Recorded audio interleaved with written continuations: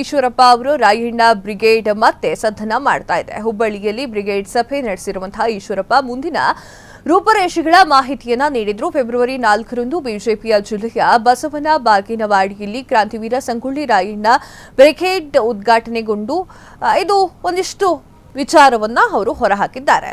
ಇನ್ನು 2008 ಸನಾತನ ಪಾದ ಪೂಜೆ ಮಾಡಿ ಬ್ರಿಗೇಡ್ ಉದ್ಘಾಟನೆ ಮಾಡುವ ಉದ್ದೇಶ ಇತ್ತು. ಅದು ಕಾರ್ಯಕ್ರಮದಲ್ಲಿ 1200 ಸಾಧು ಸಂತರು ಭಾಗವಹಿಸಿದ್ರು. ಬ್ರಿಗೇಡ್ ದೊಡ್ಡ ಸಂಘಟನೆಯಾಗಿ ಬೆಳೆಯಬೇಕು ಎನ್ನುವುದು ನಮ್ಮ ಗುರಿ ಅಂತ ಹೇಳಿದ್ದಾರೆ. ಹಿಂದುಳಿದ ವರ್ಗದ ದಲಿತರ ಪರವಾಗಿ ಬ್ರಿಗೇಡ್ ಕಾರ್ಯ ನಿರ್ವಹಣೆ ಮಾಡಲಿದೆ. ಈ ನಿಟ್ಟಿನಲ್ಲಿ ಸಂಘಟನೆ ಕೈಜೋಡಿಸಿದೆ. ವಿವಿಧ ರೀತಿಯ ಶ್ರೀಗಳು ಮತ್ತು ಕಾರ್ಯಕರ್ತರು ಅಭಿಪ್ರಾಯವನ್ನ ಸಂಗ್ರಹಿಸಿ ಚರ್ಚೆಯನ್ನ ಮಾಡ್ತಾ ಇದ್ದೇವೆ.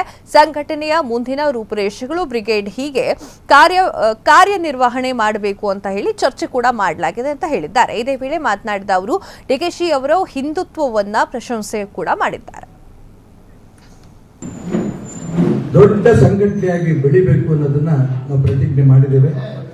ಆ 1008ಕ್ಕೂ ಹೆಚ್ಚಿಗೆ ಪೂಜ್ಯ ಸ್ವಾಮೀಜಿಗಳು ನಮ್ಗೆ ಆಶೀರ್ವಾದ ಮಾಡೋದು ನಮ್ಮ ಸೌಭಾಗ್ಯ ಅಂತ ನಾನು ಭಾವಿಸ್ತೇನೆ.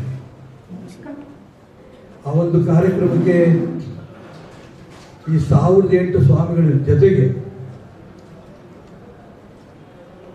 ನಮ್ಮೆಲ್ಲರೂ ಕೂಡ ದೈವಿ ಸ್ವರೂಪರಾದ ಕನ್ನೇರಿಯ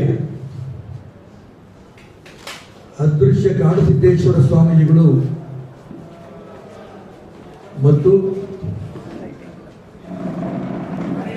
ಕಾಗಿನೆಲೆಯ ತಿಂತಿಣಿ ಬ್ರಿಡ್ಜ್ ಶಾಖಾ ಮಠದ ಶ್ರೀ ಸಿದ್ದರಾಮಯ್ಯ ಮಹಾಪುರಿಗಳು ಆ ಒಂದು ಕಾರ್ಯಕ್ರಮದ ಉದ್ಘಾಟನೆ ಮಾಡಿದ್ದಾರೆ.